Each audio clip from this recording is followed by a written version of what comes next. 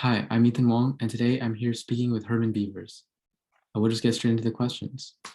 So something that I ask basically everyone that comes on here, because I'm interested in seeing what everyone else thinks, is what's special to you about poetry, and why would you pursue it over another medium? Um, well, as somebody that does write in other mediums, it happens alongside, not in opposition to other kinds of writing. But poetry is special because it's probably one of the few literary genres where music can supersede meaning, which is to say that sometimes you put words together and you don't quite know what they mean, but they sound good together or they look good together.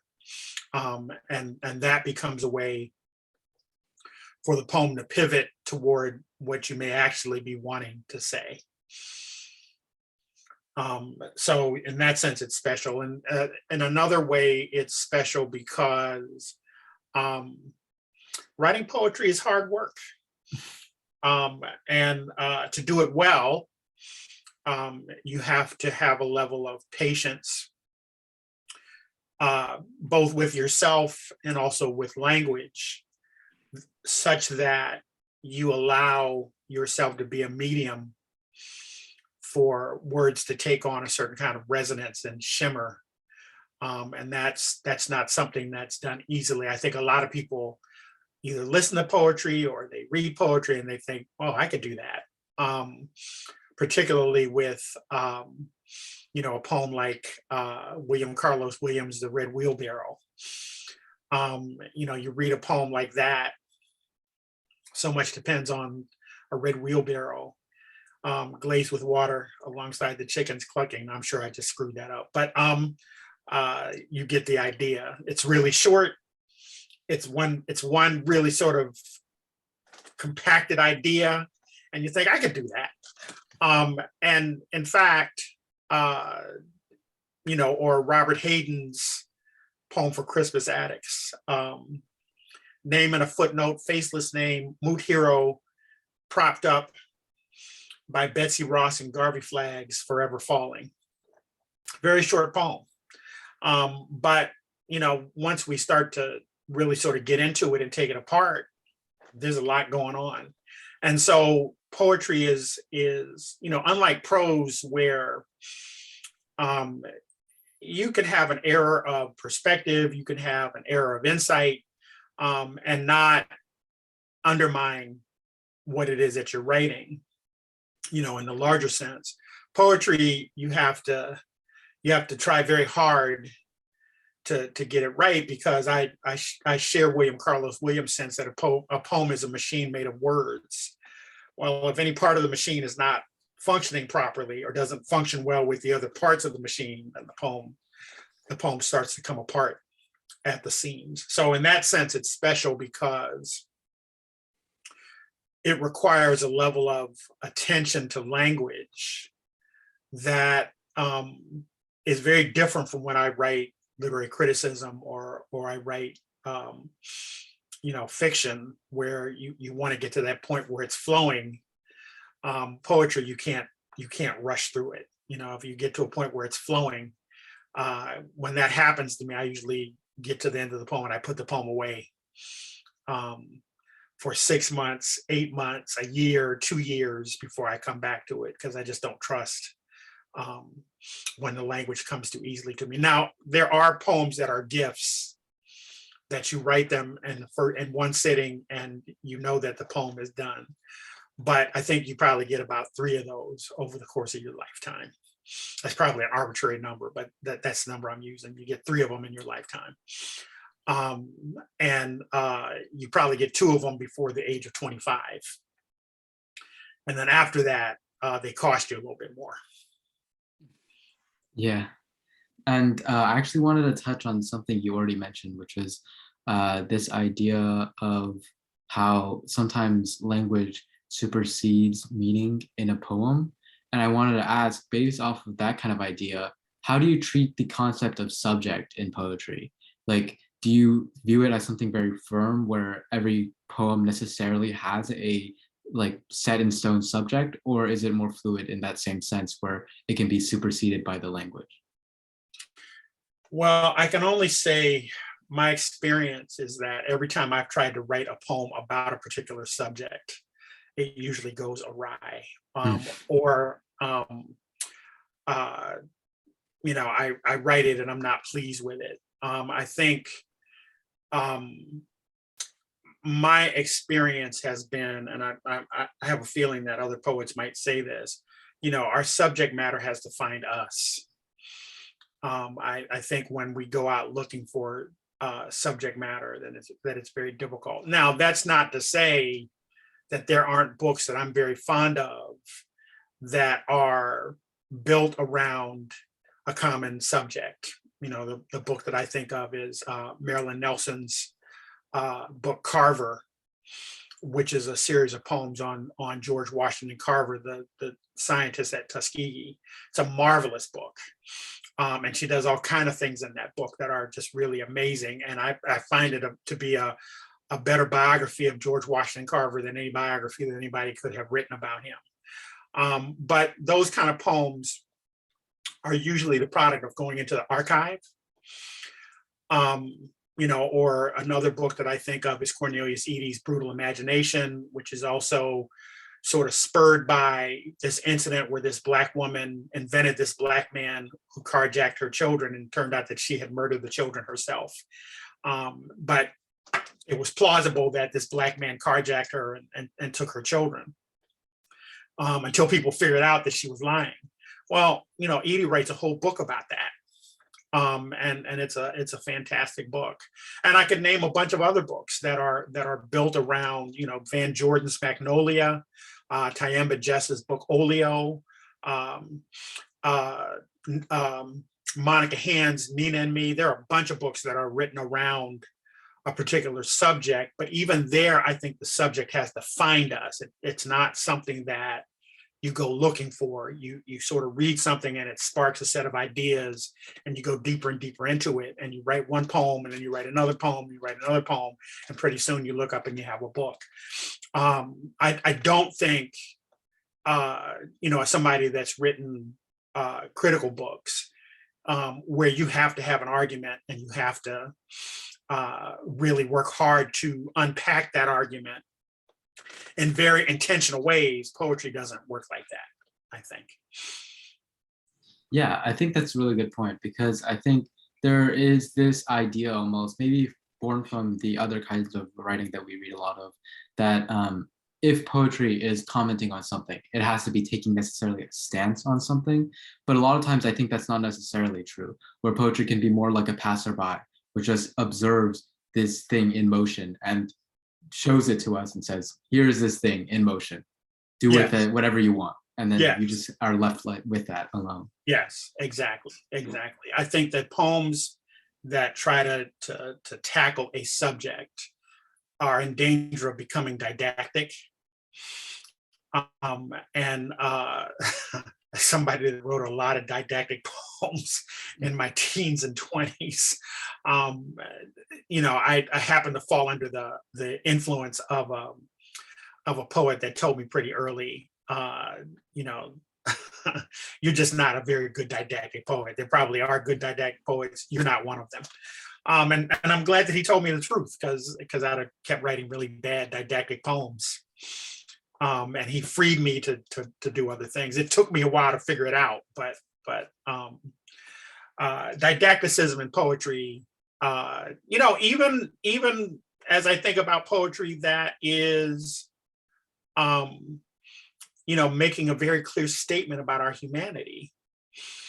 When I think about, some of Auden's poetry, which can be very pointed, or Wallace Stevens' poetry, which can be very pointed. Even there, the poem has to do other things than just be telling us what we should think. Yeah, definitely. It's kind of weird to approach poetry, or it was for me initially, because I guess a lot like you, I'm still in that phase, actually, I think, probably, where I'm figuring out what to do with messages in my poetry and how I handle that. But yeah, it's difficult because it's always transition from any other medium, which kind of leads me into my other point, which was, so we talked a little about subject matter. We talked a little bit about what's unique about poetry. Do you tend to write about I mean, I guess depending on what other mediums you do, this would be a different question, but do you find yourself writing about like drastically different subjects in your poetry than in other mediums? And like, do you think there might be an explanation for that? Um, I think if that's the case, it's not necessarily conscious. It's one of those things where I may find myself taking up concerns that I've articulated in an earlier poem. Um, uh, my chapbook, Obsidian Blues, that chapbook really came together around as part of a larger manuscript, and I sort of pulled stuff out of it and made the chapbook.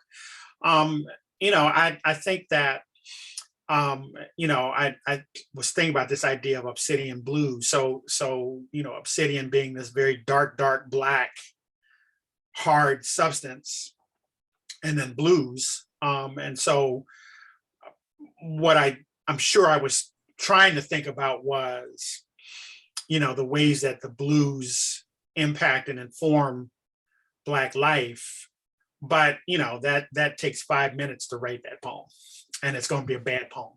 I had to really sort of think about, stuff that concerned me at the moment. And as I thought about it, I'm like, okay, well, this is Obsidian Blues number 11.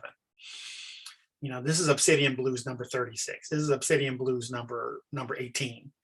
And on some level, the numbering was arbitrary, but I wanted to communicate that it's a subject that you can't address in one poem.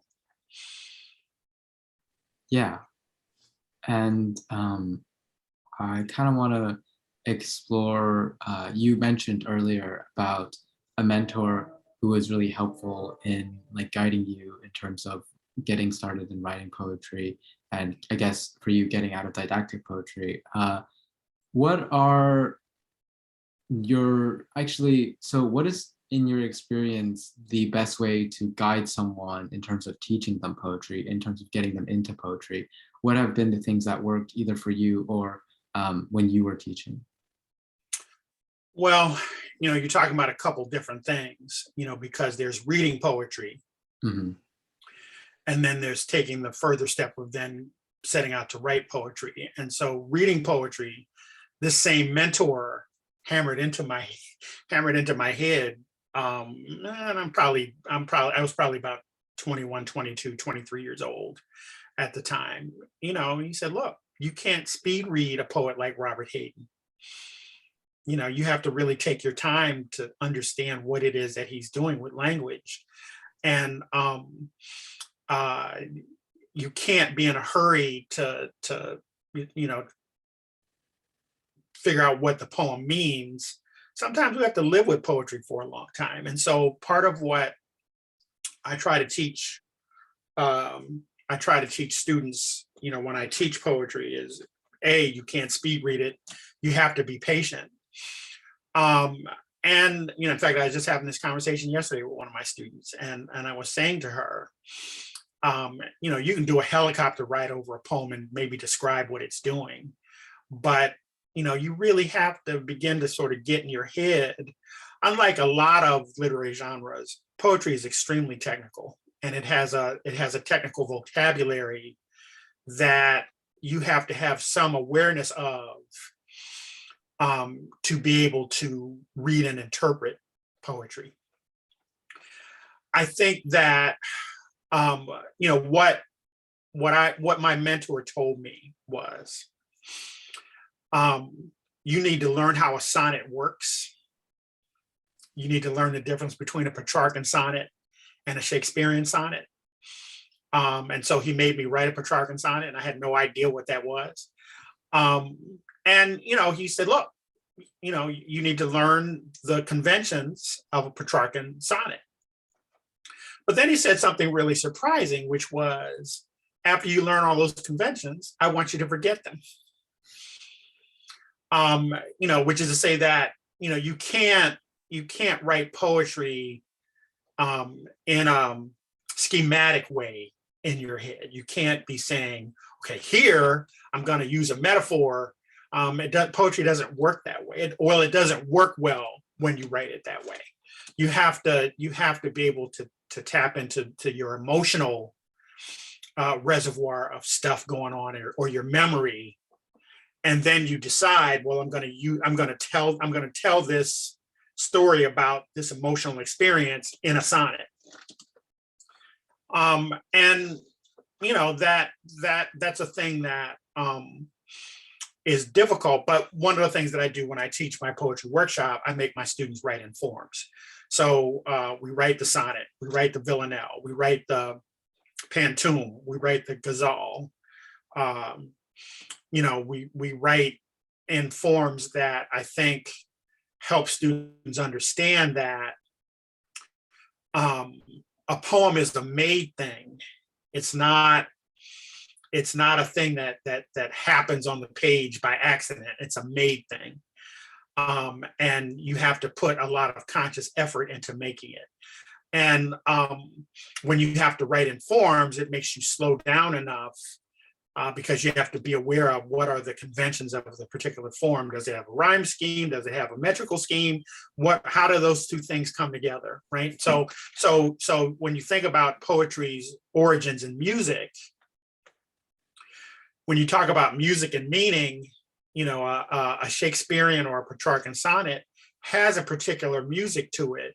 But, when you get to a poet like Claude McKay, and his sonnet, If We Must Die, or another sonnet that he wrote, The White House, one of the things that's very clear is that this guy who was raised in Jamaica and who was therefore raised in the British system of education, where the sonnet is the highest form of poetry you can write, he's using the sonnet as a political instrument to make a commentary on Black life in America. So he's not doing it didactically, but he is doing it consciously. And the sonnet becomes a way to comment on the colonial circumstance that he comes out of, whereby he's saying, I'm a British subject, but I'm going to turn the sonnet form against you and use it in a conscious way to resist colonization. Yeah, I think that's really interesting because there's almost this misconception, I think, now that a lot of contemporary poets just don't know that much about form, or they've abandoned form, or the old ways of doing things. But I think to a large degree that's not true. It's not that these poets abandon form, it's more that they take form and then they use it more sparingly. They use it as a tool like anything else still in their poetry. Well, I think that's right.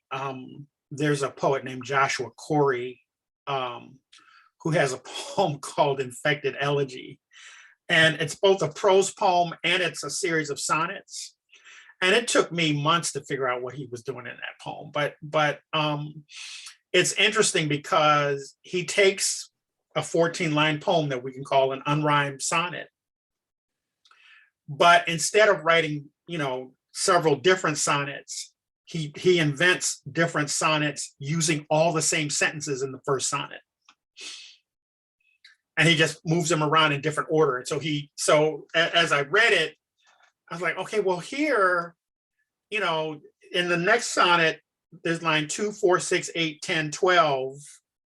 And then lines 1, 3, 5, 7, 9, 11, 13. And it's a completely different poem, but it's the same words from the first sonnet, but it has a completely different meaning. And then he does that again, and then he does that again. And so here's somebody that's taking the sonnet and he's turned the idea completely on its head, right? Which is to say that, the sonnet is supposed to be this thing that if you're going to write a crown of sonnets, they have to do different things, right? And he takes this poem that does one thing and shows us that you can do a bunch of different things just by rearranging the sentences. Yeah.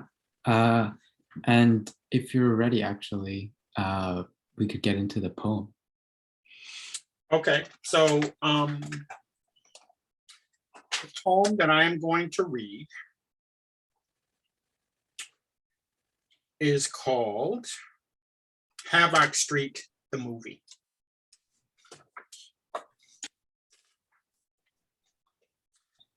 Havoc Street, the movie. A ghost ship full of Dutch sailors moves through the water like it could judge the world and find it lacking. The tall grass at the water's edge declines to speak up on my behalf. How can I invent myself, trying to explain who I'm for or where I last felt sharp pain, fixed on the construct of herbs? What with all the detritus spinning through space, clocks that can't keep good time, talk that turns the stars to bodies held fast, circling like suitors who don't catch the drift? It means something to stay in one place. Long Island, not Moline, Illinois. Danville, Pennsylvania, never Belleville, Kentucky. The houses we pass fit nicely in America. In a day or so, we'll see jockeys in all the best yards, throwing metal kisses to the wind, heavy with sarcasm, their lanterns blank as questionnaires. A tolerable conclusion would be a sign of let up in the snowfall, the soft skin of a yellow tree, all those years I lived on Havoc Street. Here, a movie camera would pan the room, reveal the slow heave of my chest, pull back to show a ruined cake, a little boy calling out to his brother, cut to a door clicking to, a man's skull, dreaming the business of hurt. Thank you so much for that. That was amazing. Thank you. And thank you for being here today. It was my pleasure. Thank you for asking me.